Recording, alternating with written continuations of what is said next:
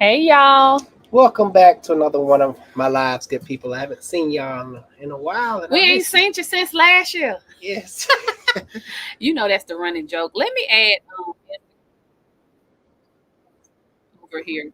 How this work over here? Uh, I don't know. I'm trying to be nice and add Instagram to the conversation, but can you figure it out? nope, and I'm not about to waste my Nope. time on it. Anyway, happy to be here to you know, answer y'all's car To questions. be back, trying to get back in the swing of things. Mhm. It's been a hectic last month. Yeah. What the holidays is always like that Yeah, though. it is. We You was got trying to get ready for vacation. We almost didn't make it to our cruise. mhm. I thought I was going to stay back. I would have been fine either way. You But I'm couldn't have glad. missed that. I'm glad I made it. I had a blast. You couldn't miss that, man. I had a blast. Uh, but who's that in the building? Hey, Paul. Paul, what's happening? He says, "Do you think a 2A ZFE on a '04 Camry is good?" That's what he's talking about. Camry. Um, I'm not familiar with the engine code, but um,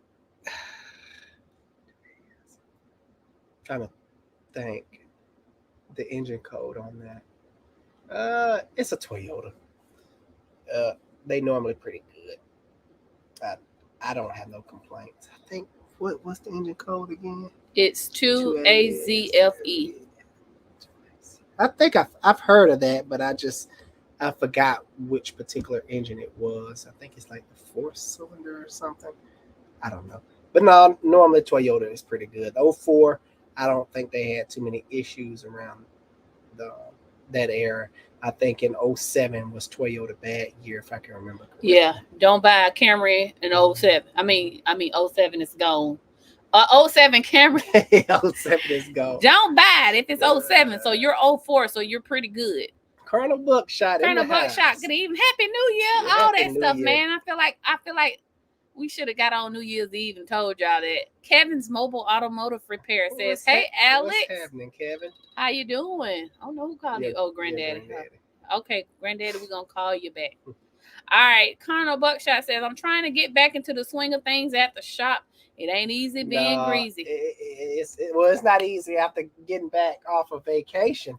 Man, it was a wonderful cruise, man. We came back like, oh I man. got my drink on. I'm telling you, I got my money's worth out of that drink package. I Alex, added it up. At the end, I was like, yeah, I didn't waste no money. man, we had a beautiful time. Really. December was a rough month, but it ended well. Yeah. Alfred says 94 4runner blows white smoke out, but oil isn't contaminated with water. Is it losing a little coolant? Only you would know if it's losing a little coolant. You just have to keep your eye on the coolant level. I do believe it may be burning a little oil. It's a '97, so the vehicle is very old, and you have what you call valve stem seals. Rubber do not last forever, especially inside of an engine. Most likely, you're losing oil, burning a little oil. Mm-hmm. What I would do next oil change, I would try the Lucas oil stop leak. They make a stabilizer and they make a stop leak version, and that may help clear that up for you. But I don't think it's coolant related. Paul says, do you have any experience with the '06 Sorrentos? Not a big fan of Kia, but I found one with 30,000 miles and Whoa. state inspection. Do you think it's worth it in a 5-speed manual? I think so. The old Kias, I'm not a fan of the new Kia, good people. The new Kias 2010 and after kind of went downhill, in my opinion. But the older ones were pretty good. I'm no fan of Kia anyway. I just never really cared for them. But if I had to choose a Kia, I would choose the older ones, and the Sorrentos was pretty good. That's the truck, isn't it? Yeah, the little SUV. Mm-hmm. They have Yeah. time and chain issues. Yeah, Time and belt You issues. just have to make if it is ran by a belt. I can't remember the engine. I think it have several engines in that '06 Sorrento, at least two options. One by belt and the other one by chain. I can't remember right now off the top of my head, but check the time and belt history on it. That'd be the most important thing. For sure. And if it's a '06 with 30,000 miles, what has it been sitting up somewhere? Because even though it's got lesser miles, the timing belt could still be dry rotted over time. that old with low miles, you may be running into issues like dry rotted hoses. So I would just change out all my hoses. Fluids you should be okay, but I would do a brake fluid flush anyway, because over time brake fluid can attract moisture, and you get moisture in the system, especially if it's been sitting a long time. So that would be one of the things I do: hoses, brakes, belts, anything that's rubber. Really, rubber don't like to sit. Sure don't. All right, Kevin's mobile automotive repair. He says, in your state, for real, where about? Yeah, let us know. What city you doing mobile mechanic in that? We want to know. Delmar Bracy says, how do you feel about the 06 FX35? That's an Infiniti. I like it. Yeah, they're pretty good. It's hard to find them with low miles. They normally around 300,000 mile range and still running pretty strong. It's hard to find one that haven't been dogged out, because the mass majority of people who get these Infinitis, they just don't take care of them. That's yeah. So you have to find one that's in good shape, but they're pretty good cars, in my opinion. We like them. We like them. All right. And who was next? Okay. Piano questions. Oh, nice. Oh, cool. I'm trying to learn the piano for real in my spare time. You may want to go visit her channel. Right, or his channel. He is at her channel. Hey, Alex, I bought an 01 Dodge Dakota 4.7 V8, and it only overheats like the oil temp goes up while driving only, not while idling. Do you know what it could be? The oil temp or the coolant temp? It said it only overheats like the oil temp. I'm going to assume the coolant overheats while driving. You could have a fan issue. You need to, only overheats while driving. No, not at idle. Yeah, that wouldn't be a fan issue. That would be if it's not leaking anything. I'll need more information. But the test I would run just to check the integrity, because you just bought that truck, I would check the integrity of the head gasket before I put any money in it or let anybody suggest things to it. Do a block test, make sure the head gasket is good, then start looking further into it, because the head gasket integrity may not be there. You may have head gasket issues. Head gasket issues show their butts in many different ways. Sometimes when you're driving down the road, it start overheating, but as soon as you park it, let it idle, it'll cool back down. Head gaskets are weird. So hopefully that's not the case, but start there first. That's what Kevin said. He seconded that emotion. He said the heads are likely warped. And I know those 4.7s, yeah, you can't let them overheat it. I normally see them with head. I've seen some lot with head gasket issues, but they're normally pretty good engines. You just can't let no engine overheat, good people. That's just unless you got like an air cooled engine. All right, Colonel Buckshot said, I got worry about that. Fat and lazy over the holidays, eating all that Southern comfort food. Man, that's how we do in the South. I actually we just ate good today. My granny always make New Year's dinner. And we had just got back from the cruise, so we was tired. So she said, I'm going to make y'all own dinner. Y'all pick it up Sunday. It was nice. Black eyed peas, cornbread, all that stuff. And that's why I'm over here like, we got the ice. Oh, yeah. Love you, Granny. We appreciate it. Greg Adams says, multiple misfire 2012 Dodge on 1, 3, and 5. We need to know the make and model. That would be helpful. Yes. Dodge. I'm assuming the Pentastar, but I don't want to assume. Let me know a little bit more information. Yeah, I try to grab him at the bottom. Biv Jack didn't say anything, but we'll say hello to you. What's happening? And out here. Oh, there he go. He added it. I'm going to get to you, Greg. Michael Scoop. Oh, Miguel. Is it McQuell? I don't know. I don't like to mess up people's name. I'm going to say Scoop. Scoop says, I have an Edge 2011. My backup camera is glitchy. Should I update the new software? Sometimes it sputters and my engine light comes on. I'm not sure about the backup camera. I don't get into too much of the interior workings of vehicles, but sometimes it sputters and the engine light comes on. You may, it's a Camaro. I would need to know what engine you have. Either not a Camaro. What is it? Oh, backup camera. Ford Edge. Oh, Ford Edge. Ooh, my bad. I look at stuff too fast sometimes. You saw camera and thought Camaro. Yeah, that's funny. Ford Edge sputters. Engine light comes Yeah, on. I would need to know the check engine light code to lead you in the right direction. You can either go by AutoZone and get the codes pulled for free. What any local auto place pretty much pull your codes for free these days.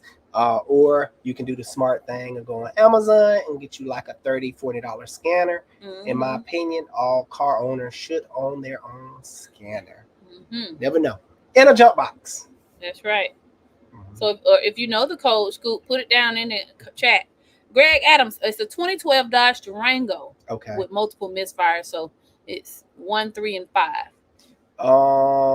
We're gonna assume it's the Pentastar. Yes, I'm gonna assume it's the Pentastar. I would need to know more information. Like, was the vehicle prior? Was it a ticker? Are you having overheating issues? Yeah, it could be so many different things. Point to the misfire. Is it coil? No, not the mini coils at one time. Yeah, one time. Normally boils down to the lifters, the rockers have fallen apart and it's throwing off everything. I've seen them do that. I've seen head gasket issues do that. I've seen stopped up catalytic converters do that on that particular bank. I'm not getting much information to go off of, but those are the most common things I see related to misfires. You could have an upstream oxygen sensor that's faulty. I'm assuming 1, 3, and 5 is on that same bank. That's what it looks like because I don't know the engine, but I'm assuming it's the Pentastar, the 3.6. John C. Rojas says, hi. Hey, what's going on, John? Chester says, hello, Alex. Your opinion on Pennzoil Platinum Oil? I like Pennzoil. I used to use it a lot. Pennzoil has been around for a very long time. I trust it. Me personally, I like using Mobile One. That's just the thing I like to use. I like German vehicles, and their preferred oil to use is Castrol and Mobile One. Yeah, that's what I use. But Pennzoil is good. I've used Pennzoil before, and I've been happy with it. Paul says it's a 3.5 by belt. It's the Sorrento. Okay, yeah. Okay. 3.5 by belt. So yes, the timing belt would be the biggest thing on that Sorrento. I would just change it, even though it may look good, but it's old. All right. Yeah, it's old. So do what I said, and that'll be a wonderful truck. Yeah, that timing belt. Nim Melly said timing belt and water pump. because it's together. So get the kit if you can. Definitely. Nim says, good evening, y'all. Code PO420. Should I just replace the cat? Okay, what kind of car do you have? What's the mileage? Because sometimes replacing the cat is not the be all end all things. Perfect example. I had a customer come through and they had a Honda Accord, 120,000 miles. And I'm thinking in my head, I'm like, I normally don't see Honda Accord pouring cat codes. I'm like, let's do this first because you're going to have to do this regardless. Let's bring the maintenance back up to speed. And I'm going to explain why in a little bit. We're going to perform, I told the lady we're going to perform a tune-up because she had no history of spark plugs being done, and they were bad. Did a tune-up and a fuel induction service, and I haven't seen her back yet. It's been a good little minute. Most people see 420 codes, which is a cat code, and throw cats at it without bringing the car back up to speed. When you don't bring your car back up to speed and you have 420 codes, let's say you're lacking on maintenance. When you're lacking on maintenance, your car is no longer efficient. An efficient car is a dirty running car. A catalytic converter, all it is a filter. When your car is not up to maintenance, it's polluting a lot more, and the filter just can't keep up. It's not designed to filter that stuff out. It's designed to filter the stuff out. The engine is up to par. So bring your engine up to par, and you may not have a cat code anymore. Right. Unless you got like 200,000-300,000 miles on your car, then that's a different story. Right. So it all depends on the mileage. Yeah, because cats do wear out. But what I was going to say, if it is at the end of the day the cats, and you do have to replace them, depending on the car you have, especially Make sure it's a quality catalytic converter. Yeah, don't go online. And a lot these days we've been having to go OE from the dealership, especially with Chevy. Yeah, especially if you have a Chevrolet vehicle. Like these aftermarket cats just aren't working for us. If you're a tech, put your 2 cents in the comments, but don't skimp on the cats because you'll be back in 3 months with the same issue. The price tag is gonna scare you. You're gonna look at a $600 cat, then you're gonna look at $100 to $200 cat, and you're like, I'm going with $100 to $200 cat. That's a no-brainer. Nope, you're gonna be replacing it over and over again. You'll be back. And by that time, you'll be back so much, you should have just bought the right one and been okay. Been done with it. Adam Dill is in the house tonight. He says, thanks for all the content. Please keep it coming. Thank you. My pleasure, buddy. My pleasure. I'm glad you've been enjoying it. We trying. I mean, sometimes I be like, I don't feel like filming today. It'd be good stuff that be coming. But I push myself. I be like, oh, okay. Gosh, we gotta talk about cars at night, talk about cars at home, talk about cars at work. Speaking of talking about cars, I'm gonna touch on this subject real quick. We had this commenter say, automotive sucks. Working on cars. He said working on cars is a crap job. And Alex was like, I like it, and he was like, I give it 5 years. Well, he been doing it 18 years. Yeah. And the dude been doing it 40 some years. So my thought behind that is it's not for everybody. It's not for everybody, guys. I think what happened with him, he got in this industry, and by the time he realized he didn't like it, or he was, the money it's fair, and I done invested my time in school and the tools. I'm kind of stuck at this point. Guys, what I have to say to that, if you're not willing to do something for free, if I didn't have to make a living, I'll do this for free. I'll be still filming videos and helping people get their cars up and running if this was a perfect world and if everything was free. I wouldn't charge. It's fun to me. So find your hobby, turn it into your job, and you'll be the happiest person in the world. That's what I have to say about it. Okay. Meanwhile, your teenage daughter wants to go out with friends, can't she? She talking about some done. She can go, yes or no? I don't know. I'm gonna just say yeah. Okay. Anyway, we do have kids, and they know we on live, so they text, "Can I go out?" I'm gonna say yeah because I'm busy. No, go ahead, girl. She just went out yesterday. It's Sunday. She got school tomorrow. It's only 7 o'clock. Sunday school. That's crazy, folks. All right, man. Anyway, Ash, 1999 Mustang smog pump is being replaced like every year. Why? That I'm not sure. I will chuck that up to maybe a parts issue. Now, for guys who don't know what a smog pump is, the smog pump takes fresh air and reroutes it into the exhaust. That's all it does. All it is an electrical motor that forcefully pumps air into the exhaust. I'm not sure. Now, on a 99, I don't know if this was a mechanical smog pump or electrical. I normally don't work on too many older vehicles anymore.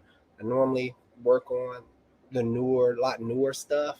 But I would say it's a parts quality issue. What's going out about it?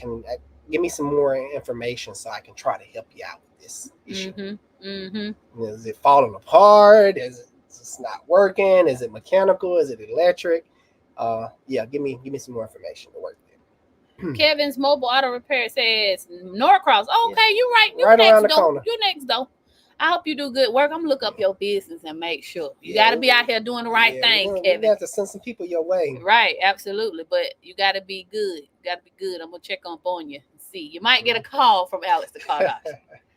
He got a YouTube channel. Oh, okay. We're gonna check it out. Erica says, "What do you think about the Chevrolet Malibu 2017?" I haven't seen too many problems out of those 2.5s. Normally, it's gonna have the 2.5 engine in it. I think that's pretty base. The only issue I saw out of those is the vacuum pump. Around 100,000 miles, you need to be looking at replacing the vacuum pump. The vacuum pump runs the braking system, and if you neglect to change it, the vacuum pump will go out. Your brake pedal will get hard. So your ABS pump will come in and assist you with the power brakes. It's very weird.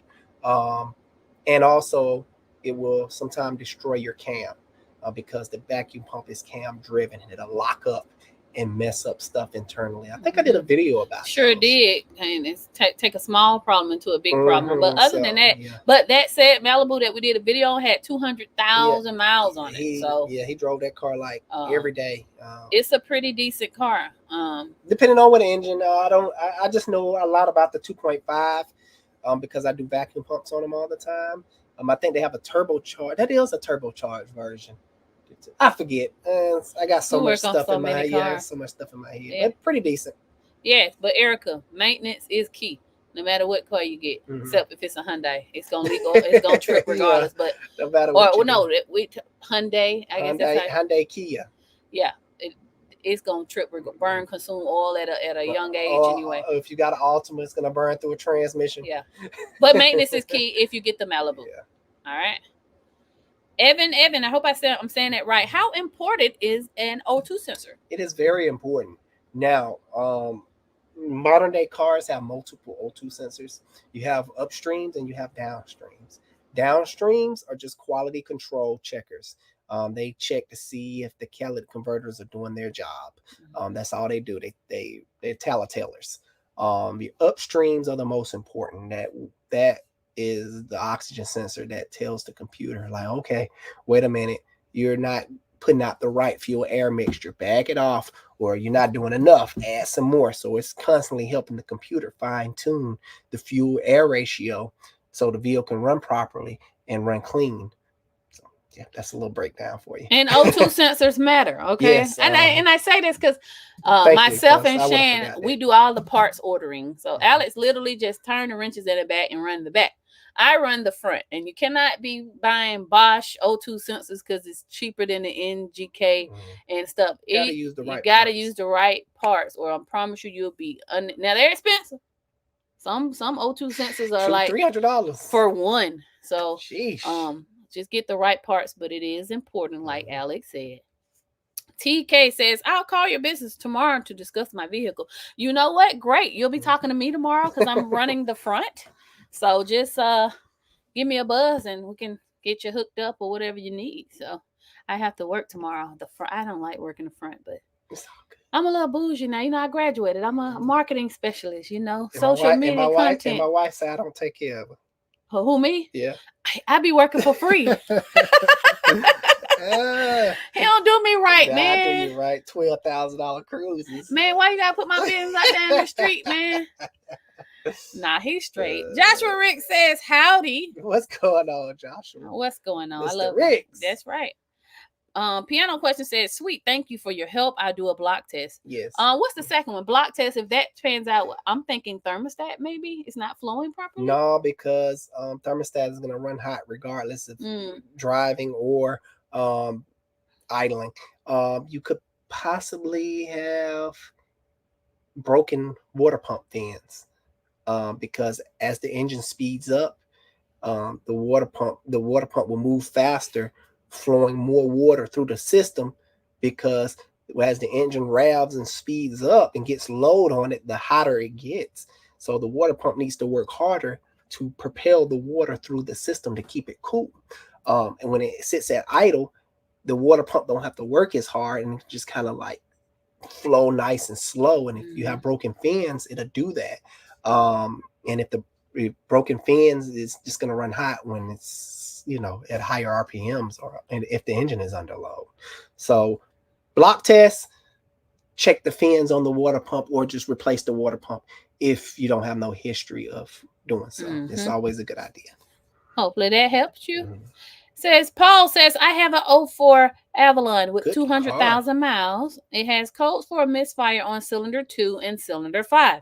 It also has a P0016 and P0015 camshaft codes. I put plugs, injectors, coils, VVT solenoid, and throttle body. And it's still misfiring. And it specifically misfired under load on hills. That's what I was thinking. Catalytic converter? But let me see what PWO. They're timing codes, if I remember correctly, and he said it too. 2 and 5. He did the plugs. Avalon normally don't give issues, and that's a timing belt. Crankshaft position correlation. Bank 1. Yeah, you may have a stretched timing belt or something, or the timing belt have made jump tooth. I would say check the timing belt, because that engine is ran by a timing belt. I just did the timing belt on my brother's car. He just bought an Avalon 04, same year, I think. Yeah, and yeah, so I would look into the timing belt. It's possibly the timing belt probably could have jumped a tooth, causing issues, or the stretched, which timing belts do, causing issues, especially if you got correlation codes. Correlation codes meaning the lower engine half is not in time with the upper engine half, which are the heads. Hopefully that helps you. Eamon? Me. Wait a minute, I'm finna get this. Lineman. I am. I don't know. I am me. That's what I'm gonna say. What else should be replaced besides the fuel tank? Warranty 06 SRT8 Chrysler SRT. Tank been replaced 3 times. The tank? The fuel tank? Or the pump? Yeah, let explain a little bit more on that. Because if you're talking about the pump, what I've been noticing is in a lot of the manufacturers like Delphi, they got this bulletin out that the tank needs to be cleaned. And if not, it's going to take 3 pumps to get that thing working right. Yeah, that makes sense. So if you're talking about the pump, there's a little tidbit you can use. But we met, remember, I don't know. We met up with the Delphi representative. Yeah. So because there's nothing wrong with the pumps. If you got trash in your fuel tank, and you throwing in new pumps, and if it keep chewing through pumps, the person who's replacing the pump, or if you're a DIY person, someone basically is not paying attention to look down in there and see if you have trash or debris floating around. So you need to make sure the tank is clean. If you do have trash and debris floating around, eventually it's going to get its way up in that fuel pump motor and lock it up and cause issues. Shout out, you know what made me think of that too? We had one customer who ex-wife had been putting Starburst in his tank. Oh gosh, I remember that. Because when they go like, what woman you done pissed off? Because she had been putting Starburst in his tank. He got a diesel truck, so and he kept needing fuel stuff, all that kind of stuff. So hopefully, exit out of there. No, we still here. Hopefully, it ain't nothing like that or whatever. So put stuff in your if you're talking about the pump and not the tank. Yeah. Kevin's Mobile Automotive Repair says if the 135 on the Pentastar, the rear head had major issues with the valve drop and misfires, needs a new head. Which remember that Jeep had that? Yeah, they had a defective head issues. I've seen it many times before. It's very weird because it will pass all the tests. It passed the leak down test. It'll pass the compression test. Everything will look good. But for some odd reason, when it's running, it'll start misfiring. Got to replace the head. So if you are having that issue, cylinder head is the fix. I even talked with my buddy JT. He works at the Dodge. Used to. Well, yeah, used to. I don't know if he still do, but worked at the Dodge dealership, and it's like, yeah, it'll pass all the tests. I'm like, that is so weird. All right. Thank you, Kevin, for that. Kevin Brooks says 3.6 Pentastar ticking sound. Seems like the purge valve solenoid. Sounds the same as the rocker ticking. Can I stop the purge valve ticking, or is it just what it does? That's just what it does. Now, what you can do to eliminate the purge valve to make sure it's not the rockers ticking, you can unplug the purge valve if that's what you're trying to figure out. I don't know if you're trying to okay, is this my purge valve ticking or is my actual engine ticking? Because purge valves on modern day vehicles can be pretty loud when they activate. So that's how you distinguish the two. Unplug one and see if it's still ticking. It's just gonna throw a code. The car won't go into limp mode or anything funny. It just throw a purge valve circuit code, which is fine because you unplugged it and the car should run just fine. All right, Swella. I hope I'm saying that right. Swella. Hey y'all, I have a '06. I like when people say y'all. It's a southern thing. Hey y'all, I have a '06 Honda Accord and it will shut off if it idles too long. As soon as I switch gear to drive it, it will just shut off. Hope you can lead me in the right direction. I would need some more information. Do you have any check engine lights? Now, what engine do you have? You have the 4-cylinder Accord or the 6-cylinder Accord? Does it only happen when you put the car in gear, or will it just sit there and run all day as She long said as it you? cut off if it idle too long. Well, she said as soon as she put it in gear, it shuts off. Mm. To me, that sounds like transmission issues. Transmission, I'm not a transmission expert, but it's just like a manual transmission. If you pop the clutch too fast, your car going to stall out. Automatic transmissions will do that too if there's an issue going around, I mean, in the system somewhere. Um, Especially those '06 Accords, I think '06 and under, '02 through something, they had transmission issues, known transmission issues. Not saying that's your problem, but I would need more information to kind of distinguish what's going on. Like the check engine light, if the check engine light is on, what codes is it throwing, things like that. Will it sit there and run it idle all day long until you put it in gear?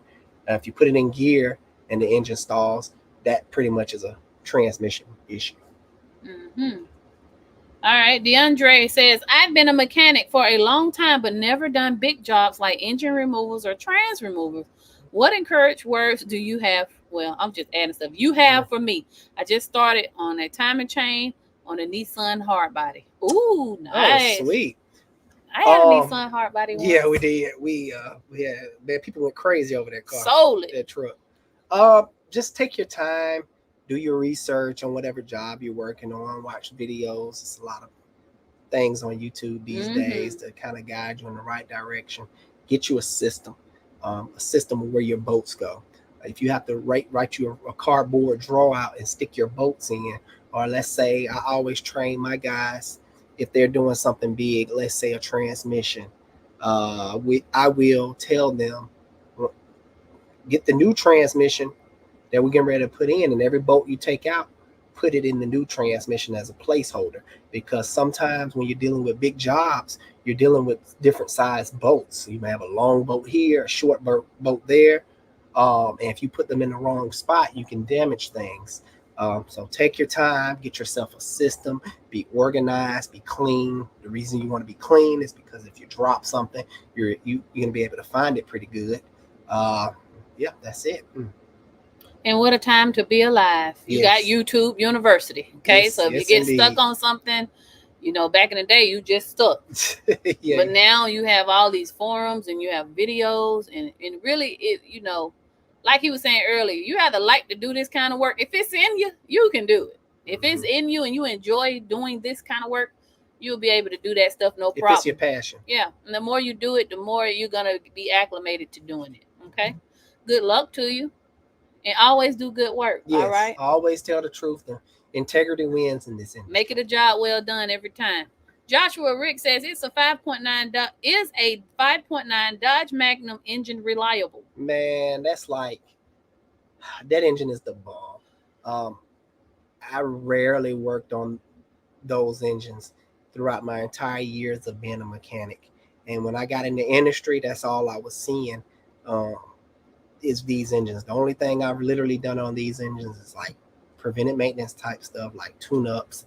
And the most common problem that it have is the throttle body will sit up real bad around it and seal itself up. So if you crank it up, it'll rev up, to crank up and shut right back off. And it'll keep doing that unless you kind of mash the gas and kind of play with it to keep it running. The fix was that you just take the throttle body off, clean it, throw it back on there, and ran perfectly fine. So it likes to, gunk up around the throttle body area. But other than that, perfect engine. Any engine that's simple, guys, this goes for any engine.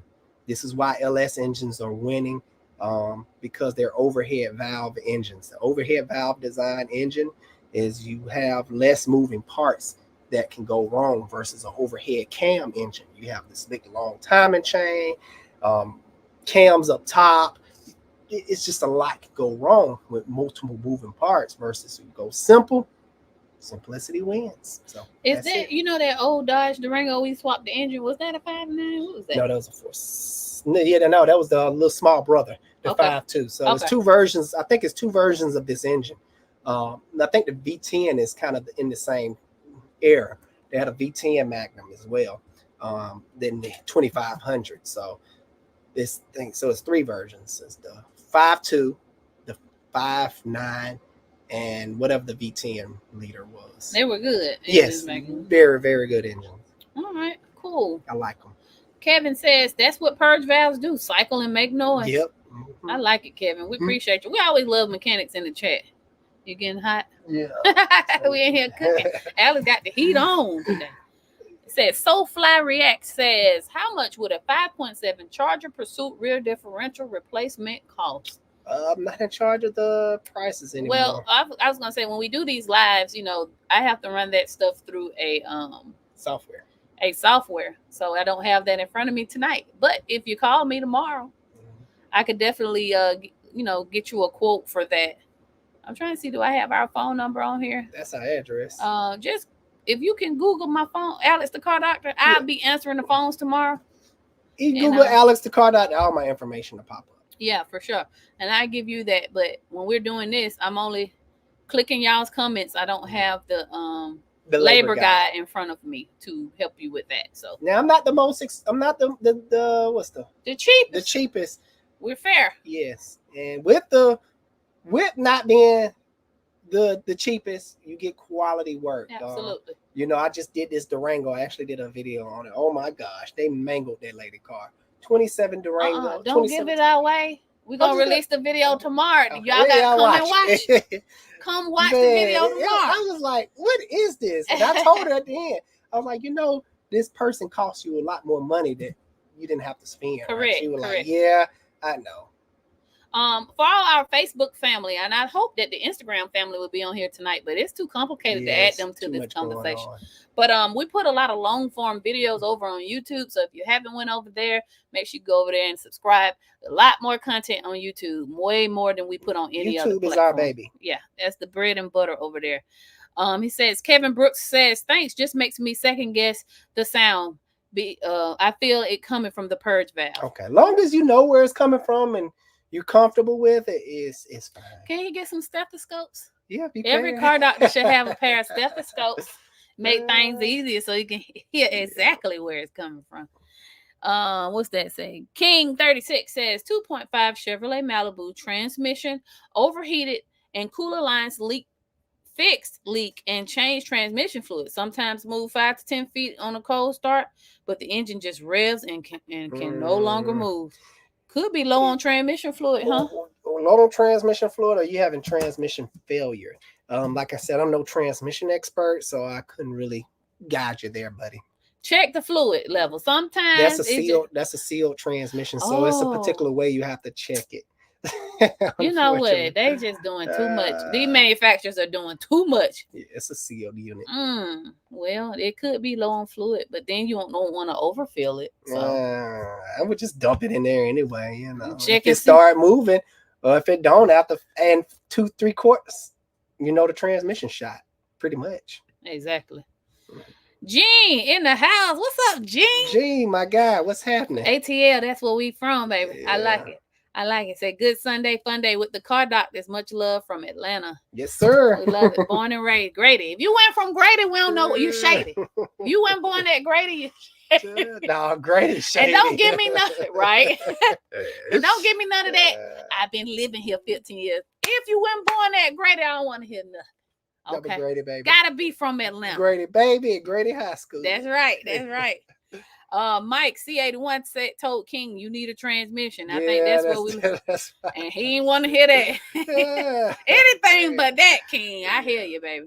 Nobody got no money to be spending on these cars. They need to act right. It's expensive. I think JW may be answering to someone else in the thing, but we want to say thank you for your input. For sure. We allow that. And some of our favorite techs are We got a guy in Alaska like him, Dan and them, everybody that's from. Because guess what? Alex don't know everything. Nope. And I never claim to. I just know what I know. So we welcome all input in the chat. If you work on cars, chime in. Let us know what's up. Nim says 2015 Kia Optima, 150,000 miles. What you think? Sell it. And with that, it's just about to go. If it ain't already gone. Yeah, sell it. Nah, they probably don't had a warranty engine replacement. Same thing with your auntie. She was like, I just got this engine. Many miles ago. I was like, yeah, and you about to put those many miles on this new engine. That's why it's tripping. Like, you're gonna need a motor. Carlos Aguilar says, Happy New Year, guys. Happy New Year, buddy, Carlos.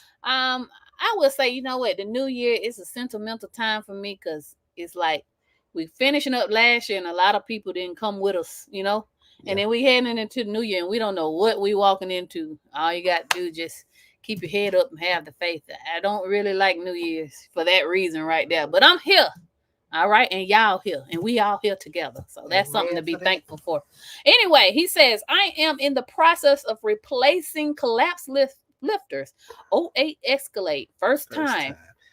Like I told old boy that he was like he never did nothing big. Make sure you get yourself a system. Torque everything. It's best just to torque it. If it's your first time, if you don't know the feel of things, better safe than sorry. Just torque it. I don't care if it's the front cover down to the valve covers. Better safe than sorry. For sure, you want to torque the head gaskets. That's always a must. You gotta torque the head gaskets. But no, just torque everything and get yourself a system for where the bolts go. Be clean. Don't want to get dirt down in the engine because you have to remove those heads. Inspect the cam. Make sure that cam is not scored up. Most likely it's probably scored up, so you may be removing the cam on that vehicle as well. Use quality parts. That's what I was gonna say. Do not cheap out, please. You try to get milling or go back dealership. Because you will be going in there again. Yes. If them lifters, that's why we stopped doing lifters right now for Catalytic Escalade. Because milling lifters was even failing. We're doing only Pentastar lifters right now because we're having a parts issue with the Cadillac, the GM lifters.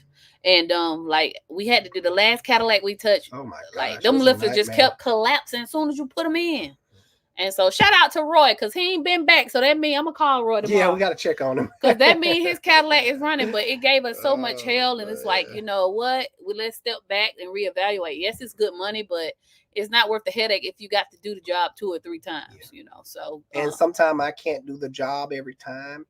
And my employees end up doing it and they end up messing something up. And I said, man, I could have just did it's just not worth it for us to do it. But everything Alex said, listen to that for sure. All right. And good luck to you. I hope it works out for you the first time that you do it. Sean says, hey guys, I did a camshaft replacement in the exhaust side. Please don't yawn because you're going to make me yawn then. Make everybody yawn. Right. He did a camshaft replacement on the exhaust side in a 2014 Dodge Durango. I still heard a tick, so I tore it back down. But now timing marks aren't dead center. Is there a way to correct this without taking off the front cover? There is a way, and I've done it. That's one of those things better shown than told. But I would never make a video about that because that's not the right way. And I always make videos doing it the right way and not kind of cutting corners. So I won't be making a video about that. But there is a way. You have to put the car that you have to put the engine at top dead center compression stroke, and then line up the marks on the phaser. The cam gears together and put it back on there. It's not hard. It's just you gotta know what you're doing. But I'm gonna tell you, like I tell my husband, just go ahead and take off the front cover, man. Yeah, that's the easiest and most guaranteed way. You want to guarantee it because you don't want to get stuck doing this 50-11 times. Yeah. So did you check all the lobes or did you replace all the rockers, I normally tell people to just replace all the rockers and lifters. Now, if you want to just replace the lifters that was on the damaged rocker, yeah, you can do that and just leave the rest of the lifters, or if you're trying to save money. At my shop, I replace it all because I never want to see a customer back in my shop. I never want to go back in there. We're not about to open it up, just replace two rockers. If they say, oh, I just want to replace the broke stuff, no, you're gonna have to go down the street. They'll be happy to, cut corners and do it that way for you. So, and then how many cams is on there? 4. Check all the rest of the cams. Make sure they're good too. Sometimes it be the most smallest little thing that you may have missed too. Check everything. But if it comes down to it and you want to do it right, and I know you don't feel like it, but you might just have to take off that front cover. Yeah, it's a job. And there is a video on that, right? Yes, I did it. I did it the hard way. That's why I did it the hard way. Because guys, man, I got so much, not flack. It's just, you'd have to do it. I did it this way. Yeah, we did both ways, so that if in case he needs to take off the front cover, there's a video for that, and then there's a video for easy way. You're coming from Facebook, so make sure you go on over to YouTube. If you need that, you might know what to do. I give the tire breakdown. I give it detail by detail. I give all the torque specs, everything you need there. All right, King says was only at 62,000 miles. They said just outside the warranty. Let me get this. Hold on, y'all. Hi, be back at your curfew time. Say hi. Hey, all right, now bye. Better be back on time, ma'am. Okay, cut your headlights on. Love you. Too. All right, teenagers, what are you gonna do? All right, I said it was only at 62,000 miles. They said just outside warranty. Don't want to help me. Which car was this? This was the one where he had the transmission fluid and. Oh, that's horrible, man. That we said he might just be low on fluid. Only go 5 to 10 feet. Oh man, I gotta hate that. Yeah, but you know what though? I don't have nothing positive to say. I was about to say. Hopefully it's out of transmission fluid. Hopefully it's just low. I would take it to a shop to be on the safe side. Just pay the diagnostic. Sometimes it's best to know than to waste money and guess and throw parts at the stuff. So do that. Just try to do that. Take it to a transmission shop and see what they have to say. And if they say you got to replace it, then but they might be fixable. Might be. It says Happy Pappy 81 says, "Hey y'all from South Carolina, what's happening? I love all the southern states. You know, if you a neighbor of Georgia, you're a friend of mine. You hear me? But y'all all friends of ours. I know, but it's just something about the South, and you got to say it with an F. The South. All right, it's something about like you say them chillins, right? The dang old chillins. If you up north, I know it's cold up there. I'm not trying to be there. You know what I mean? I can't relate. Greg says, yes, you're correct. It's a 3.6 Pentastar. I already replaced all the plugs. She is playing that music way too loud. For real. And all the plugs still has a misfire. Mostly feel when you're sitting at idle or at the light with the brake on while driving. It seems to be okay. Yeah, that's something I have to look at for myself, or I think I gave my 2 cents on it. Yeah. All right. Yeah, with the Pentastar. Nothing different to say? I thought Dunn was gone. Not yet. Oh. All right. JW says, gonna ask yourself what's causing the code, then refer to your diagram the correct way. Otherwise, you're wasting time and money just guessing and replacing parts. He is correct, whomever he's commenting on. Got to run the proper procedures. I tell everybody that. Unless you got the money in the bank just to throw parts at stuff. And, sometimes that can be a big waste of money, because at the end of the day, you're throwing all these parts at a particular vehicle and you get tired of throwing money at it, and you take it to a shop and they tell you some bad news saying, hey, you need an engine, and you just pretty much wasted a whole bunch of money. All right. Shout out to you, JW. Yes, JW, I don't know if you got it going on. Yeah, he knows. All right. Rishabh Sharma. I hope I'm saying that right. Should I go for Nissan Altima? No.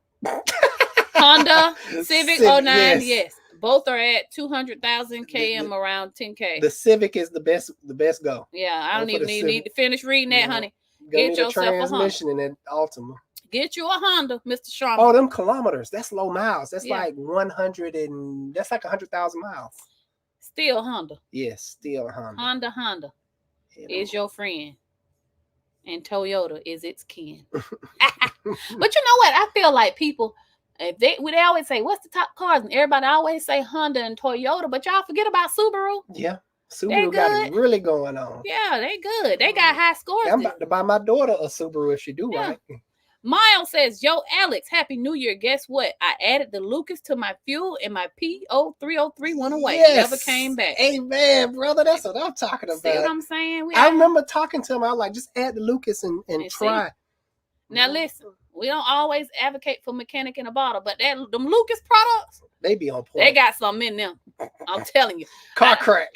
I done seen Lucas transmission bring back a reverse. Yep, I've seen it, man. It'll prolong the life of your messed up transmission or revive it. It's amazing.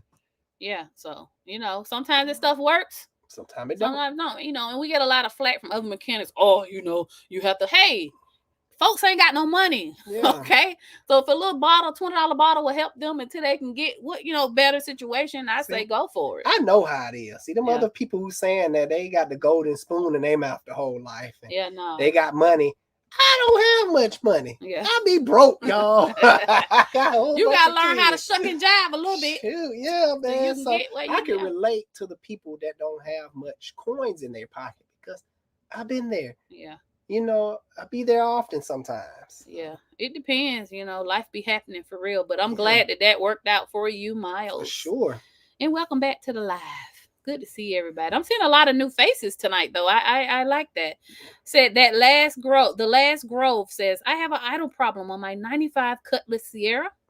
When I park it, do you think it's a transmission problem? Not idling. Idling normally doesn't have anything to do with a transmission. If it's idling kind of funny, like high, for example, you go to put it in gear, it'll make the transmission do funny things. It is a very old vehicle. You most likely have some type of vacuum leak. You have to kind of go into more details with your idling problem. Is it idling too low? Is it idling too high? Like the engine is racing as soon as you crank it up.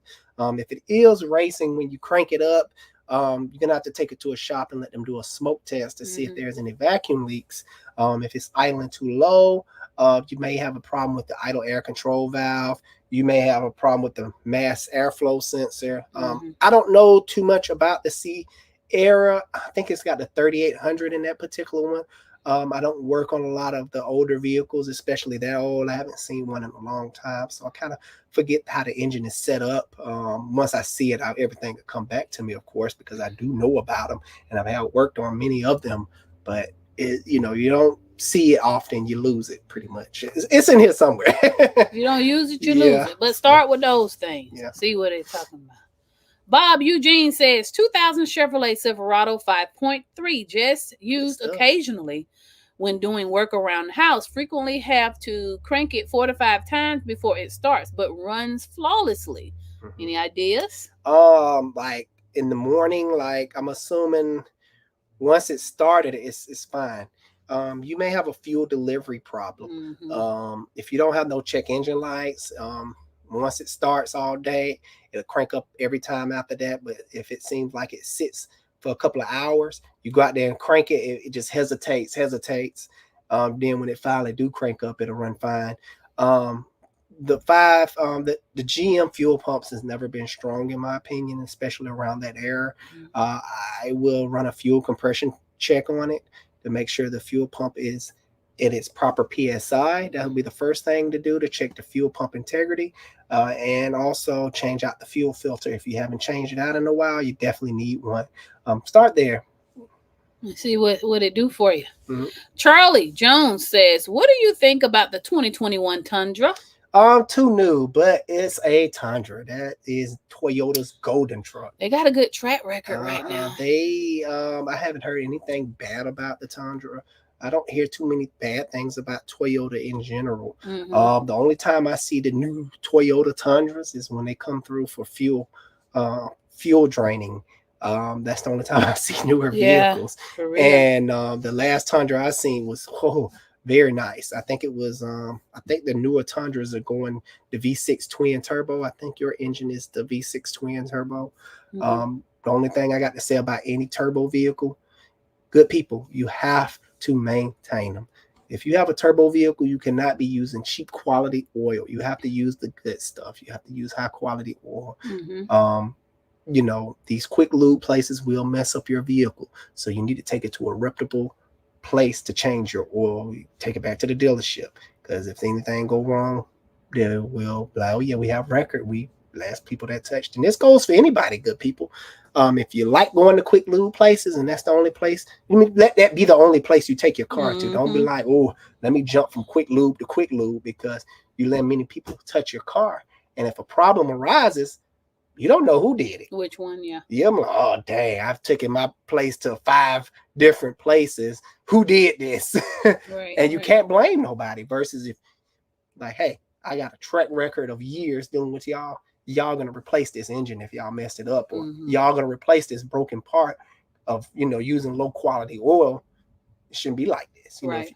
You have better proof. I was gonna say too, Toyota is recalling certain 2022s and 23s. I don't know if 21 made that category, but look into it. For what? I don't know. I just saw the headline. I didn't really read it. So, but it's all right in our book. Yes, I will buy one. Yeah, for sure. LT Tran says, should I buy current Nissan Frontier or Chevy Colorado? I'm gonna go Frontier. The Frontier is good. The Frontiers don't use CVT transmissions. The Colorado, I don't know about. I think I've heard something funny about the Colorados. I can't remember though. They just problematic. GM has been kind of falling off lately. Nissan, their engines always been on point in my book. Is when they tried dealing with the CVT transmissions, dibbling and dabbling in that, when they kind of went downhill. But their engines are wonderful. Their trucks, wonderful. Yeah, that's my 2 cents. Frontier. My vote. That's my vote as well. Miles. Oh, we already saw that one. Say it never came back. Remember the Tacoma? Yeah. Steve Reeves, hello from Oklahoma. Nice. What's Oklahoma up? In the house. I wonder what weather y'all got over there. Probably cold. I don't know. Lewis says, I work for Cadillac. That's so true. OEM cats. Exactly. Yeah. In our experience, you got to get them cats from the dealership. They ain't cheap. Not by a long shot. They are not cheap. Because that lady, we did a Tahoe. She got screwed. I think I made a video about that as well. Yeah, we did. They charged her out the wazoo. I don't think you posted it yet. I think I did. Anywho, they charged her out the wazoo. Butchered the job. Oh my gosh, it was horrible. Lady spent almost $2,000 with them. And I had to break the news to us, like, these cats are not gonna cut it. They gave her online cats, all that money she paid. I was like, these are not gonna cut it, and she had to go to the dealership, had to pay like $2,000 for cats alone. $2,000. Ooh, ugly. Yeah. Hurts me to think about it. Y'all listen to Ganesh, hit that like button. It do something to the algorithm, and you'll be supporting the channel. Yes. By doing so. All you gotta do is bloop. It don't take nothing extra. That's all y'all got to do. Thank you, Ganesh, for saying that. We appreciate that, which means you appreciate Alex for coming on here and doing this live to help y'all. Jacob Dyke says, should I have customers before I open a shop? No. If you build, they will come. That's right. We live in a new age where if you really just get on the internet and just kind of post what you do, take pictures, you don't necessarily have to talk about things. You can just post pictures. Honey, I've seen customers go to some clown shops and I'd be like, where did you get this from? Yeah. Oh, I was just driving by. In your work, it'll speak for itself. Do have you a little cushion, though, in case you get slow while you're building your reputation. Alex started off as a mobile mechanic, and all of those customers just about followed him to the shop, and then word of mouth spread from there. So I would say out of 100%, 50% of Alex's business online is word of mouth. Oh, yeah, word of mouth, definitely. Okay, and the other 50 is divided between social media and Google, but no. Just remember to do good work. treat people how you want to be treated. Yeah. And you will thrive. Go ahead and get it's like you can set up a profile on Google, and somebody Google shop near me, yours will pop up. They're going to come. And if you're comfortable around the camera, start filming what you do. Mm-hmm. Talk about what you're doing, and you'll be fine. You can make it. Mr. Sharman said, should I go we for already did this. Oh, I did. Oh, he must ask twice. Probably so. 2010 Dodge Charger 3.5, Jeff says. When the car goes into third and fourth gear at 1500 RPMs, I feel and hear a rumble. Goes away when I let go of the throttle, drive faster, or I put in the third gear shifter. No codes. You may have, that's what I was gonna say. You may have. Man, can we just give it up for the wife that be knowing stuff? Yeah. You know what I'm saying? I be out here. It could be drive shaft related. It could be your rear differential mounting bushings. You can just have to get someone that has a lift or jack it up really high and climb under the car and just touch everything and know what you're looking at when it comes to bushings and things like that. And please be careful. Jacking up cars make me nervous. Jack stands. Yeah. Do it right. But drive shaft. That's what comes to mind. On those Chargers. And you say I don't be listening to you. I be listening to you. I'm diagnosing cars on the internet. Oh, man. It says, Miles says, handing down my Honda Accord 2009 to my daughter, 123,000 miles. Hopefully it will last another 15 years. Definitely. That's an 09 Accord. Of course. I would say this, and because we're gonna do a video soon about what kind of cars parents should be buying their kids, and it really doesn't matter how old your daughter is. It's like this: educate them about the gauges that's on the car. That's the thing that kills cars the most when you're handing them down to your child, especially if you work on cars, Miles, which I think you do. Just my dad will fix it. Well, listen, help your dad by not blowing the head gaskets. If it overheat, pull over. That kind of thing. I told my daughter, I was like, on the dash cluster, the lights to be looking out for is the red and the orange. Those are like universal warning lights, as you can see. Amber orange, that is a sign that say, hey, something is wrong. It's just like the stoplights. It's so cool how they put, everything the same color, like universal. Red means stop. Yellow means warning, like stop and get ready to stop. Yeah. But it should last her just fine, and she got you. Yeah. She gonna be just fine. Larry says, "Hi, I have a 2014 1.8 Chevy Cruze, and when I turn on the air conditioning, it starts to flash that it is overheating. I have already replaced the thermostat. Could it be the radiator?" No, I don't think so. Turn on the air.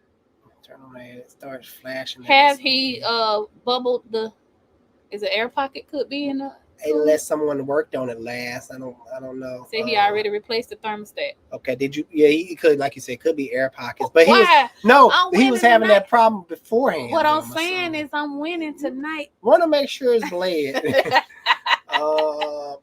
Flash. And you know what? You don't want to mess around with them Chevy Cruze coolant they blow issues head gaskets quickly and easily. Yeah, for sure. When you turn on the air conditioning, is your radiator fans coming on? When you turn on the air conditioning, your radiator fan should automatically come on, no matter what. If those radiator fans are not coming on, your vehicle is going to overheat very quickly. So that's the thing to check for. You can easily check yourself. You can just turn on the AC, pop your hood, and make sure your fan is spinning. It should be making some type of wind noise. And bleed the coolant if you haven't. Look at me. System. I think I should get like a prize.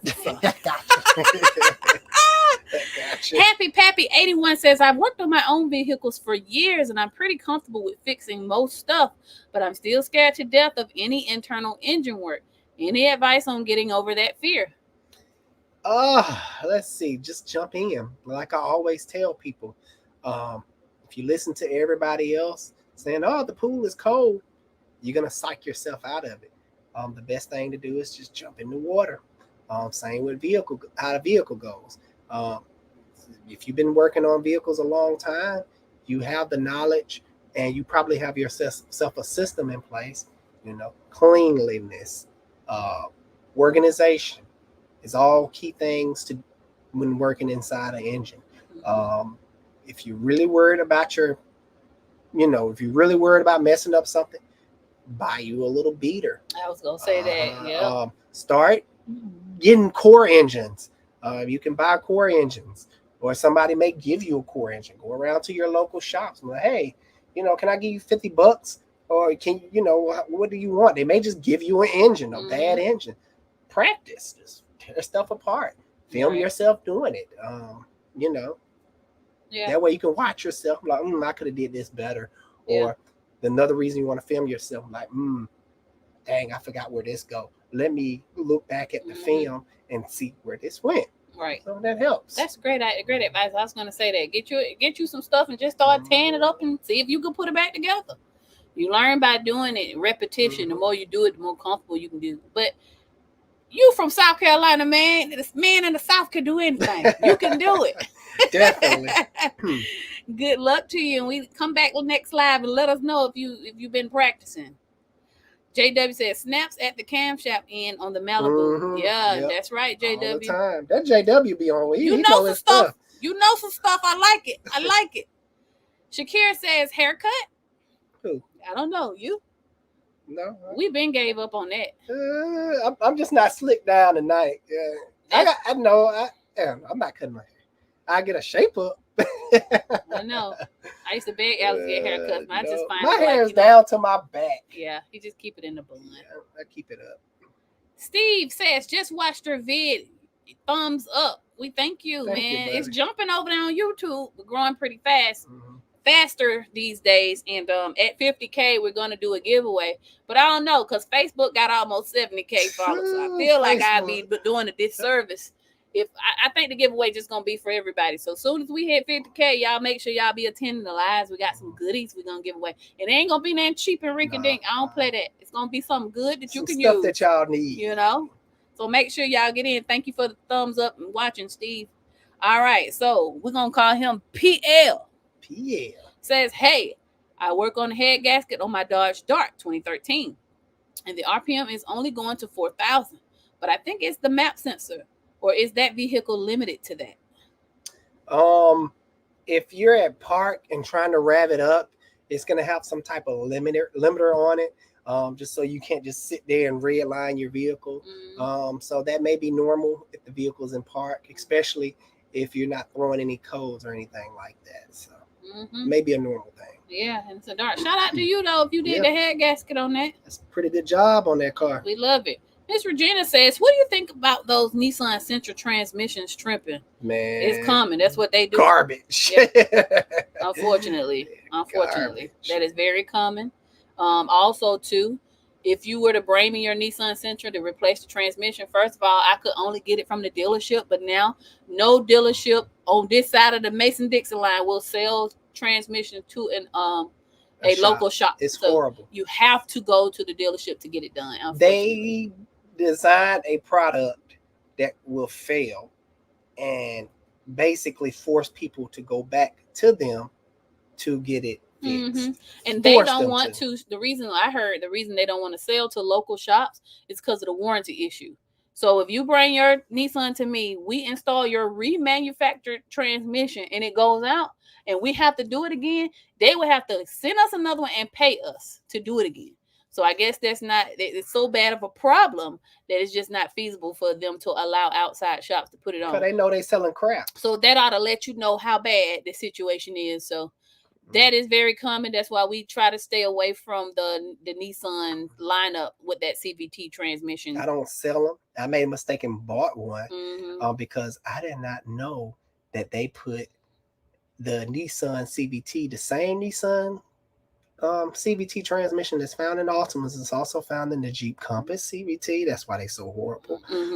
So Chrysler had used their transmission, and Mitsubishi in the early 2010-ish, somewhere around there, used that same transmission. I was blown away. I was like, wow. So I don't know. Now all CVTs aren't bad. Subaru got some good ones. Yep. Toyota got good ones. And Honda's using CVTs. I don't know what everybody else is doing. Because CVT transmissions, the concept is brilliant. It's great transmission concept because unlike an electric car where the happy place, every engine and motor have a happy place. The happy place of an electric motor, as soon as you get on it, it's instant. It's instant happy. An engine, on the other hand, has to build up. It has a peak. All the RPMs that you're seeing going up, though, one of those between maybe 4 to 5 or maybe 6 is where the happy place is on your vehicle. And a CVT transmission can just hold the car in its happy place, where it's got peak torque, peak horsepower, all that good stuff. It'll just sit there and hold it right there as the car just keeps speeding gradually up. Versus an automatic transmission, every time it get in a happy place, we got to change gears, it drops back down.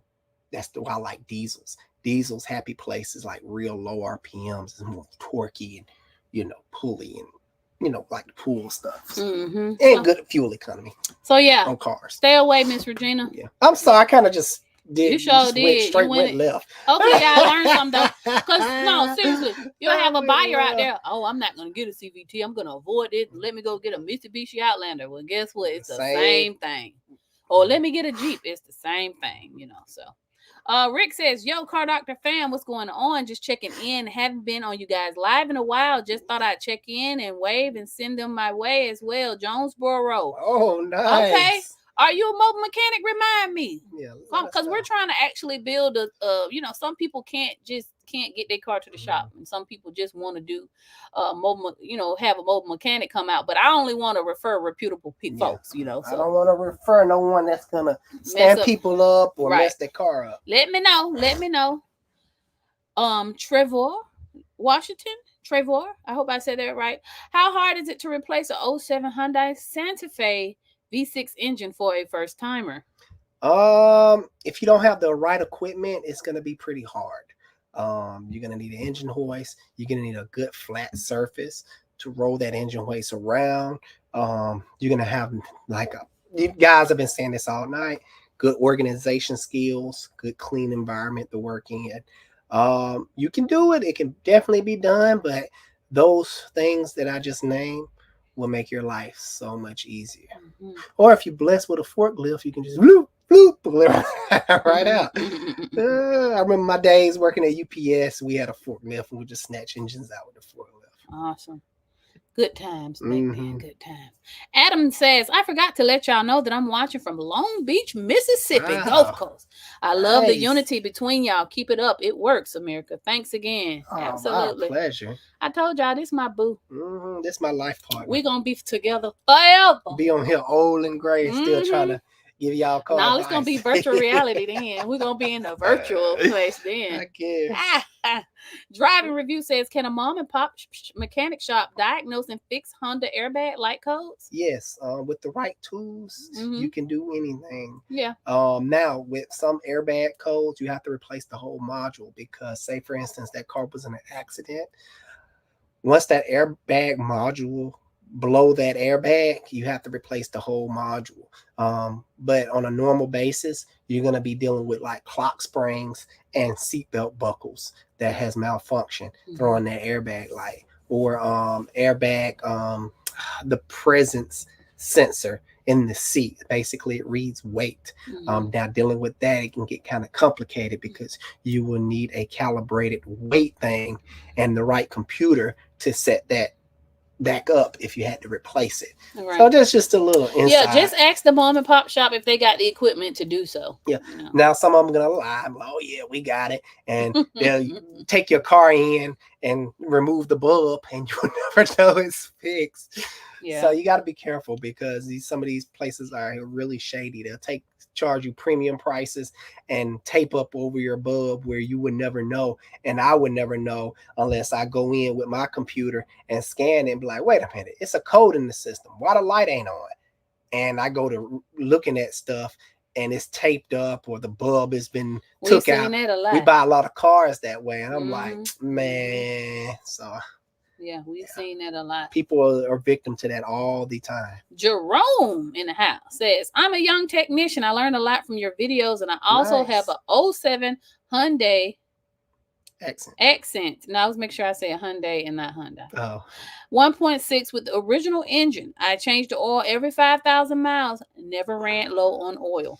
You should be pretty good. Those older ones are good. Yeah. Very underpowered and not fun car, but most people are not looking for thrills like I am. But it's a good A to B car. I think they're timing belt driven, so you just want to make sure you do the timing belt if it is. Maybe chain. I can't remember. I don't really care for Hyundai like that, but that is a good one. PL says, where are y'all located? We are in just outside of Atlanta, Georgia, in Monroe. So you go down the street is Atlanta. You come up the street is Monroe. And you go down the street some more is Forest Park. But here's the address. You can also Google Alex the Car Doctor. It'll actually show you exactly where we are. So now that we got that, let me scroll back up here. And find the next one. I don't want to skip anybody. People be getting bad. El Mayimbe says calling Bosch oxygen sensors cheap is crazy. That's not what I said, love. Let me rephrase and clarify. Maybe I spoke too fast. I said stay away from cheap oxygen sensors. Also, stay away from Bosch if it doesn't go for that particular car. That's what I meant. Yeah, people are putting Bosch on Japanese cars. Can't do that. Bosch is more catered to like German-made cars. Yes. You wouldn't put Bosch spark plugs in a GM car. Mm-hmm. You wouldn't put Champion spark plugs in a Nissan. Yeah. Champion does not go for that car. Right. Champion go for Chrysler. Bosch is normally catered to German. Mm-hmm. NGK is Japanese type stuff. Correct. So that's what I meant. I'm not saying Bosch is cheap by any means. They're some of the most expensive ones. Mm-hmm. So what I meant was don't put cheap, Bosch on everything, because we see that a lot in the shop. We'll have somebody say, oh, I just replaced the L2 sensors and it's Bosch ones under there when they should have been NGK or Denso or Champion is what I meant. But no, Bosch is not cheap. Sorry for the mix-up, though. Hopefully we cleared that up for everybody. Kevin's Mobile Auto Repair says, I love WorldPack OEM brands. Oh, for sure. Yeah, WorldPack is the stuff. Yeah, for the few Mercedes that we do maintain, I always get the parts from WorldPack if I can't get them from the dealership. So, for sure, that is the best. Kurt says, what's good? Coming from 505 New Mexico. Wow, cool. I know you don't like these vehicles. But 2018 Hyundai Sonata does not start in the cold. I don't know if you have ran into this problem. See, in New Mexico, where's New Mexico? West, southwest, next to Texas over there, that way. Okay. Not start. I would need more information. Like, is the check engine light on? Does it tick? I think it may come down to your situation. Maybe like a faulty starter. Maybe like a faulty wiring, like the battery wire going to the starter, maybe a faulty battery terminal wire. That's what comes to mind when you say not start when the cold, because cold can affect things in different ways. Well, temperature can affect things in different ways. Affect sensors, affect wires, things like that. So check the wiring first. Yeah, check it. Shout out to New Mexico, though. For sure. David Barber says, hello to my favorite online mechanic and family. Oh, nice. Appreciate I live in Canton. Okay, you up the road. Georgia. Yeah. You're not too far from us, past Marietta. I wanted to say, Alex, thank you for posting videos on a rocker and lifter repair and replacement on a 3.6 Pentastar engine. My pleasure. I'm glad this stuff can help y'all. Yeah, that's exactly why he do it for me. Do it to help. And shout out to you. We be through Canton sometimes all the time. when we're going to Chattanooga and camping. So you might see us. Y'all got that Buc-ee's up that way too. It's a madhouse in there though. I ain't going back. I get on my nerves. Way too many folks. Miles says, Alex, last question. The previous owner put green pressed on coolant in my new 1994 Toyota pickup. What are your thoughts on the coolant? It's cheap at Walmart. Is it still quality? Guys, I haven't did much research on coolant. But in my opinion, see, it's a 94. I feel like them old cars in the 90s, they could take anything. In 94, you could pretty much put anything but water in that particular car. Green, I think in 94 it was coming with green. Because at the end of the day, it's just a dye. Really what makes antifreeze is the makeup of the ingredients, like the glycose and the different things like that. The color really, at the end of the day, color does not matter. It just different. It just lets you know, hey, oh yeah, orange. That's mostly Ford and blase GM, and purple and pink and Honda and German cars. That's all it's doing. But at the end of the day, it comes down to the ingredients of the coolant. And long as it's just the right coolant and it's not mixed with water, because most people will get straight up like what is it? Full strength, Mm-hmm. and it say add water or whatever the case may be. You can't add faucet water. That will create the faucet water having stuff in it that will start eating at the metals inside your engine. Mm-hmm. You have to use the still water. So yeah, as long as you know that, you should be fine. All right. Paul says the belt was just done and it did not skip a tooth upon checking. Did it at 1,000 km ago, and double checked it. I think he's saying recently or something. Okay. So I'm trying to remember what car. That's the skipping one that he's saying. Oh, okay. Timing codes. On the Avalon. Yeah, on the Avalon. Did they just time did it right? Recently. I'm not sure, buddy. That's something I would probably personally have to take a look at to figure that out. Because it can get pretty deep. You could have the keyway could be off, even though you're thinking you timed it right. The keyway that lines the cam gear on the cam, it could not be on there right. It could be something could be off with the keyway. The reluctor wheel on the where the sensor, the crank sensor reads the reluctor wheel, that could be bent or damaged.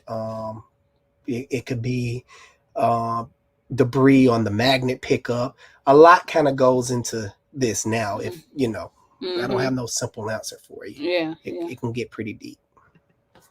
Double A says, "Yo, dog, what you think about the Lexus IS model, please, in hybrid?"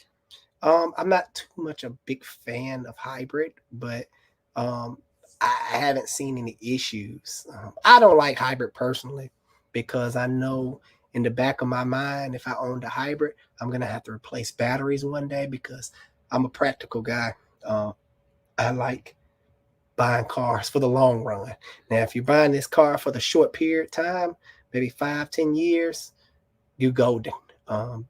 Because when it comes time to replace those batteries, it's going to hit your pockets and it's going to hurt really bad. That's the only downside about the hybrid. Like, yeah, you saving and all this good stuff, but at the cost of a battery at the end of the day, it's going to chew up all that money you done saved. So, yeah. That's my Pearl opinion. Rival says, Alex Cardock, there's more to oil filters than the gasket. You asked me to elaborate on this. My only answer is Scotty Kilmer and Project Farm. They both have in-depth nerd videos. Love both of them, especially Project Farm. Yes, I know it's more to it than the gaskets. You're probably referring to the shorts. Of course, it's a short, so I can't go into big details. But yes, the quality of the filter, the bypass valve. It's a lot that go into it. So yes, I know I've seen those videos. I've educated myself pretty well on the matter. Right. But in that particular story, he had a quality filter. They just wasn't changing. It was mediocre. It was mid. You don't like CarQuest? It was fine. But they just whether it had been fine or great, they wasn't changing. Whether the filter was quality or not, you cannot leave an oil filter in there for years at a time. That's at the end of the day, that's what my point was.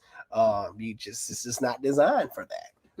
Now they probably do make filters where they can stay in there long periods of time, like the synthetic high dollar filters for the yearly oil changes that you can buy now. They probably make it and design it, but a regular filter is just not designed to go that long period of time. Right. Or you should not be going to Midas or wherever, Alex the car doctor, paying for an oil change, and they're not changing your filter and telling you they're doing it. So that was the point of that video, and just showing off what happened, what was the cause of his engine going out, and what happened with that. Because I recently seen him. He came back. He thought the car was still leaking, but like I told him, it was pouring down there. And it was just like oil everywhere. And on a vehicle, you have basically little cups laying around different places, pockets, like little valleys. Yeah, little valleys. So oil will fill those valleys, and as you ride, and once you stop the leak, that's why it's important to clean.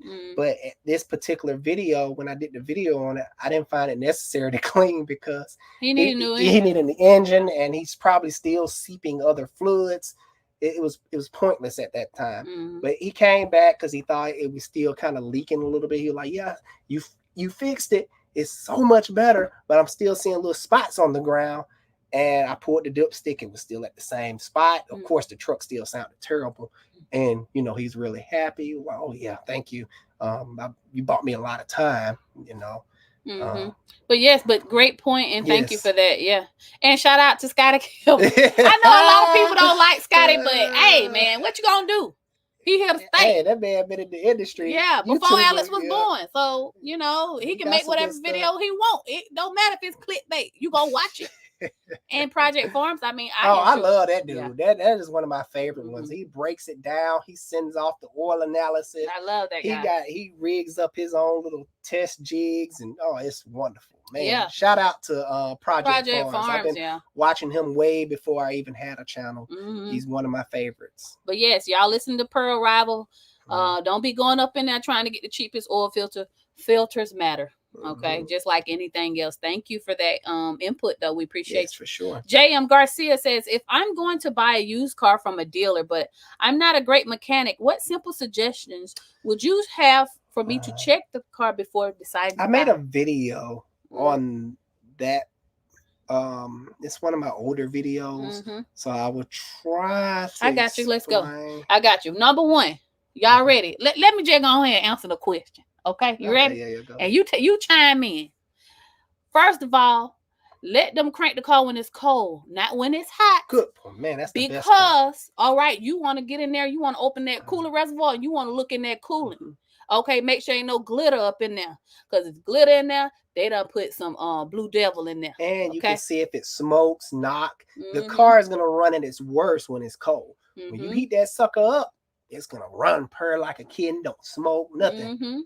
When you do crank it, let it sit there at idle and run. I can't tell you how many times you crank it up. Oh, let's go on a test drive. You want to test drove for 10 minutes. Oh, let's go sign all the paperwork. Then you're driving home. That car yours now. Now you discover you got a blown head gasket or whatever. So let the car run. If they're in a rush, be like, babe, I ain't in a rush. You want me to buy this car or not? Let it run for about 30 minutes. Let the fan cycle on and off. That part. Check the heat, because we had this young guy went out and bought his dream car. They don't bypass the heater core. And the heater core, that Infinity, I forgot his name. No, I know. You know what I'm talking about. He just bought that car. Him and his dad went out and bought it. They didn't check the heat. And now somebody bypassed the heater core.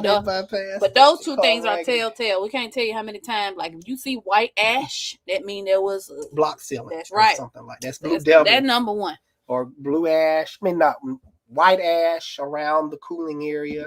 Glitter or like sparkly metallic looking stuff in the cooling system. Those are all good things to check for. Check the oil. Yes. Also, too, for glitter, too. Okay. Take your code reader with you. They're literally $30. Every car owner should own their own code reader. Okay. Check the codes. It'll tell you if it's pending codes, stored codes, and stuff like that. You may buy that. It's very easy to erase check engine light by unplugging the battery before you get there and plugging it back up, because it has to cycle again.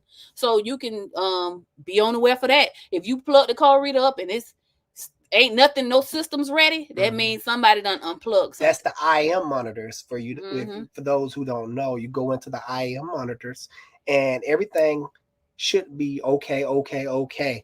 Versus you always going to have 3 that automatically get okay. But if the rest of them are incomplete, INC, and I think that's the abbreviation for incomplete, somebody probably erased it or it may not be nothing cricket going on there, but most of the time in the used car industry, they erase it, and you have a whole bunch of incomplete monitors. In the state of Georgia, I'm a dealer. That's why I be doing stuff.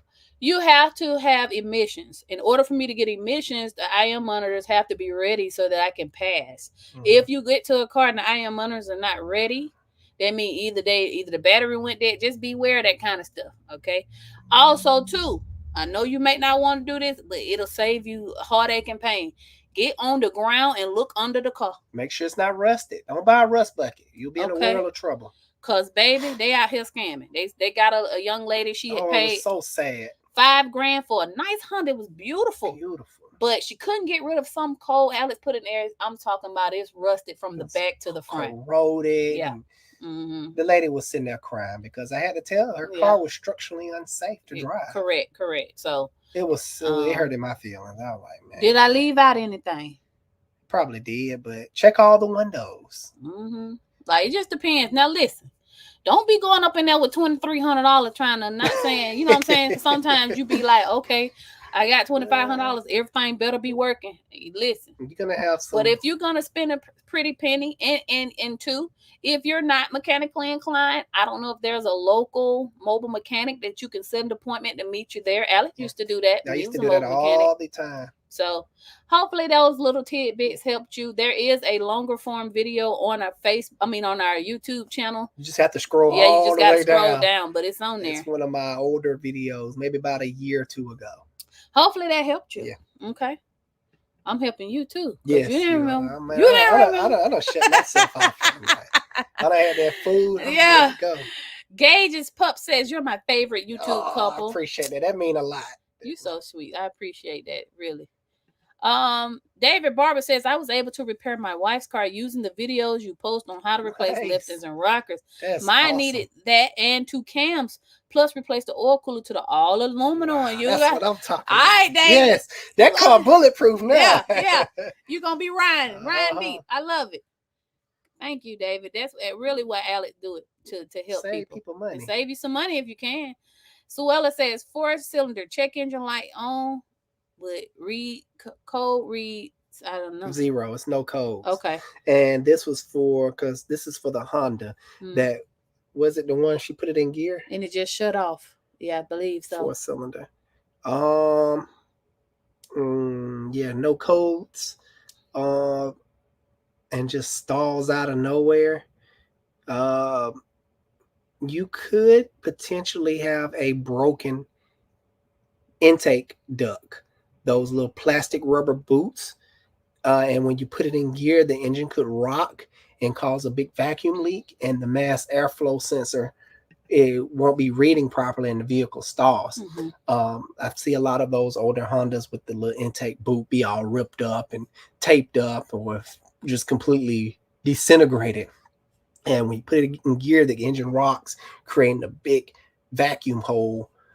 And it'll shut off because the mass airflow sensor, the car is getting false air. The mass air, all air is supposed to go through the mass airflow sensor so the car can calculate how to mix the air and fuel. If you get false air, anything after the mass airflow sensor, the car won't know what to do with it, especially at idle, if it happens suddenly and the car shut off, most cases. So hopefully that's it. And if you're hopefully not having a transmission issue. So yeah. That's my other 2 cents. DG Vlog says, what do you think about Ford's 3.5 EcoBoost engines? Pretty good. I've seen them with high miles on them. I actually want one for myself. Like I said, with any turbo engine, you have to do extra maintenance. It's a little bit more to maintain a turbo vehicle, but the benefits are really good. Of course, you have to use high quality oil. It used to be recommended after a hard drive to let the engine run and cool off. Like if you're going up steep grades, and it's not a good idea to, after you get off the steep grade, pull over and shut off because the oil can cook inside the turbo because turbos get hot. But that's normally not an issue for modern day turbos because they're water cooled. So it kind of helped with that. But yes, I love the 3.5. Now, if you need turbos, it's going to cost. And I've seen timing chain issues with those particular engines, certain models. It just depends with year too. Hopefully that helps you, DG. Kenneth says, looking at changing my spark plugs. Does the material type of the plugs matter? Some of these plugs are very expensive. Yes, they are. Yeah, they are. It depends on. They be like $20 a Yeah, piece. it's ridiculous. I would definitely use the right material. Either use the material that it calls for, whether that's double platinum or iridium. Yeah. Or say, let's just say it takes double platinum. You can afford to do an upgrade, but you can't afford to do a downgrade. Like copper. Yeah, like just keep that in mind. So wherever you're getting them from, you need to get. I ain't gonna say you have to, because it's your wallet. Yeah, you can do whatever. You put some auto lights in there. Don't do that. Don't do whatever you do. Don't do auto lights. Okay. Auto crap. If auto light calls sponsor you today, I'm be like, nah, player, we ain't even interested. Can't do you. But you could do just ask them what's the OEM's recommended and depending material. on your car, of course, use the right brand. Absolutely. Plug matters, guys. It really does, in my opinion. All right, guys, we've been at this for 1 hour and 35 minutes, so this gonna be our last one, because we got to go and have a little movie night together, so we can stay happily married and stuff. Jeez. So the last question tonight coming in from Rand Man. I'm in the Rust Belt. Should I be using WD-40 regularly on the rust in penetration for the repairs that I know are coming? Yes. Normally what I would do, and rust is one of my kryptonites, but seldomly we get stuff that looks kind of crazy. I tell the guys to just spray it down and move on to something else and let that stuff sit and soak in there, and normally won't have a problem, and it comes off pretty easily. Yeah, that's my 2 cents on that. Okay. All right, guys. We thank you all for coming and joining us tonight. For now, we're still going to be coming live on Wednesdays, but I think that we're going to, I don't know if we're going to keep the Wednesdays or not, because we're heading into a very busy season at the shop. Folks getting their tax money. Guess what they're going to do? Get their car fixed, and I'm going to be selling cars. They're going to be bringing me cars out their backyard. Yeah, for sure. So I don't know if we're going to keep Wednesday nights, but we will be on Sunday for sure. Sundays for sure. But this coming Wednesday, will we be on? I don't know. I may have to stay late. So I don't know. Yeah. For now, for sure, next Sunday, 7 o'clock. Be here. We'll be here with you, answering your car questions. Comment on the videos in between time. We'll try to get at you all the time. DM Alex on Instagram with your questions. He'll try to answer them too. I don't know. Instagram is getting a little outrageous. I don't know. I haven't had time for it lately. Listen, it's worth a shot. Till next time. Alex the Car Doctor out. See you guys on the next one. Love Have a good night. Peace.